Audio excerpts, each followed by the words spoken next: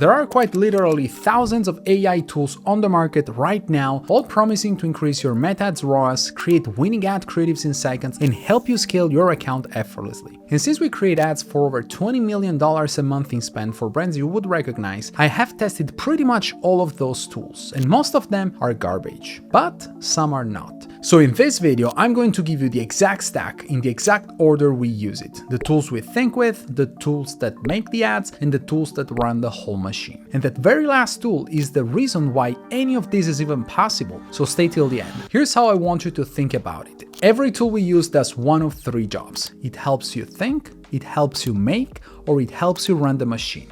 Let's start with think. First tool, WhisperFlow. You talk about 3 times faster than you type. Whisper turns that into a superpower. You hold a key, you talk, and it doesn't just transcribe what you say. It cleans your rambling into a clear, structured prompt. So when I'm dumping my thoughts about an angle or an audience into an AI, I just talk for 2 minutes and it hands the model a perfect brief. I added this to my personal stack a few months ago and it gives me back at least a couple of hours every single week. Next, ChatGPT voice mode. This is your thinking partner. Every morning after my workout, I take a walk, white AirPods in, and I just talk to it like a co-founder who happens to know everything. I'm stuck on a brand, I talk it out, and it talks back. Some of our biggest breakthroughs for clients or for our own ads started on those walks. And just know this going in, this is a tool for when you're walking, not for when you're sitting at your desk. So don't expect the deep, detailed answers you'd get from a written prompt. Keep it high level. The big picture, the angle, the direction a brand should take. Used like that, if you're a creative strategist, this is the cheapest senior strategist you will ever hire as a consultant. Now, the next tool is Manus. And this is where I want to call out something, because most people researching competitor ads are doing it completely wrong when it comes to AI. They look at a couple of screenshots and the ad copy and they call that a research. But that is not the ad. The ad is what gets said and shown in the video. Manus goes into a competitor's entire ad library, pulls the actual ad transcripts, and then you can do whatever you want with that file. We used to do this with a clunky homemade workflow. Manus does that in one shot. It's expensive, but it's worth every cent. It's an R&D department that never sleeps, so I would highly recommend you add it to your stack. And regarding the next tool, what we just talked about is how you go deep on a brand you already know. But the brands you should really worry about are the ones you haven't found yet. And that's what you do with TrendTrack. We use it to constantly source new stores that are crushing it with ads. Back in the days, we had entire swipe files with ad libraries that were worth monitoring. Today, TrendTrack does that automatically. And on top of that, they recently opened up an API, and what you can do with it is genuinely insane. You can ask Claude Code to pull up the top skating stores of the week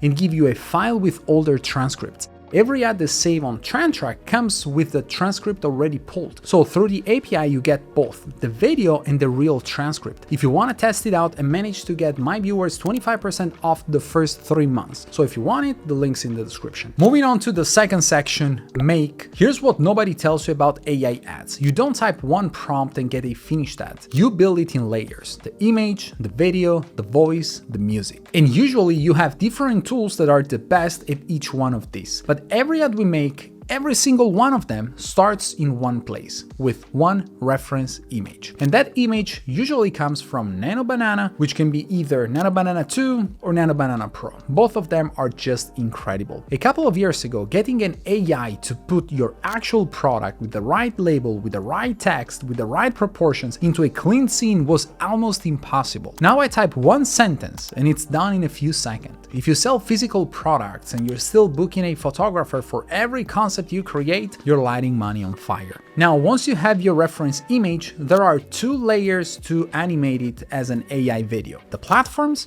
and the models. And people mix them up constantly. Start with the platforms. These give you a whole library of different models in one place, plus avatars and voices, so you turn a script into an ad without touching code. There are a ton of them. The 3 I'd point to are Arcats, Higgsfield, and Fall. The reason I'm on Arcats right now comes down to one thing. It's the one built exclusively for ads. The others are trying to serve every kind of creator, cinematic, vertical, YouTube, all of it. Higgsfield and Fall are generally just as good. I'd simply rather be on Arcats today. Once my workflow is fully dialed in, I'll probably do a whole video just on that. Then you have the models themselves, the actual engines that generate a scene from scratch. Remember that NanoBanana image we created? You feed it into Kling 3.0, my favorite model right now, and it brings it to life. It animates the scene, locks your character, even matches a voice, and the quality is genuinely stupid. Here's a simple pro tip for you if you want your AI videos to look like real UGC.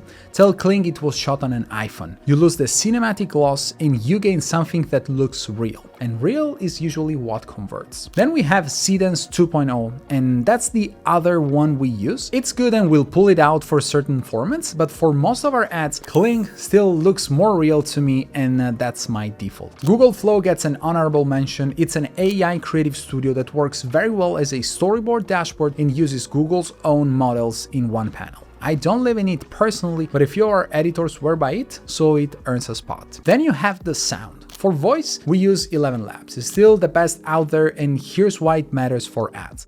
When you're testing, you change one line, then another, and re-recording a real person every single time is slow and expensive. With 11 Labs, you record one short voice note and it gives you back an AI version of your voice that nails your pauses and your tone. You lock that voice in once, and from then on, every new script gets voiced in just a few seconds. And the last layer is the music. We use Suno for it. Look, as simple as it sounds, the right track completely changes the vibe of an ad. It makes the whole thing feel more dynamic, and it carries your message better than the visuals do on their own. You give Suno a short prompt and it writes you the original track made for that exact ad with the commercial rights to actually run it, so you're not stuck reusing the same royalty-free loop as every other brand. So that's how we make the ads. But you could copy our exact tool list in a couple of minutes and it wouldn't be enough, because what you can't copy is what comes next. Here's where most people stop. They collect a pile of shiny AI tools they see on X and figure that's the job.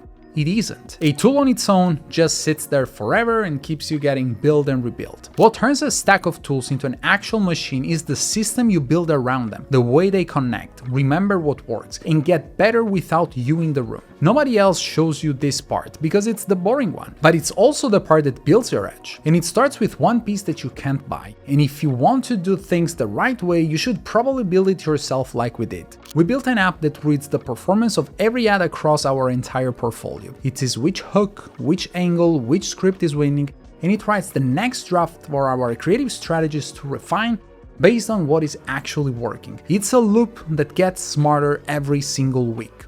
The more we run, the better it gets. And this is the part most people miss. This is where your infrastructure and your database turn into a moat. Anyone can buy the tools. Nobody can copy the data you've organized or the system that feeds on it. The tool we use to organize our files is Obsidian. Every brief, every framework, every skill we've built, every winning concept we've ever found, all in plain files we actually own. It's free, it's not flashy, but it's what makes all the other tools work. Now, knowledge that just sits in a vault doesn't win you anything. It has to move between your tools, ideally on its own. And the tool we use to do that is Na10. If you've ever touched Zapier or Make, this is the grown-up version of it. You stop being the person who copies things from one app to the other one all day long, and you let the system run itself. Then finally, this entire system, the app, the vault, all the automations, everything I just showed you was built by one tool I teased at the very start of this video. That tool is Claude Code. Most people still think of Claude as a chatbot.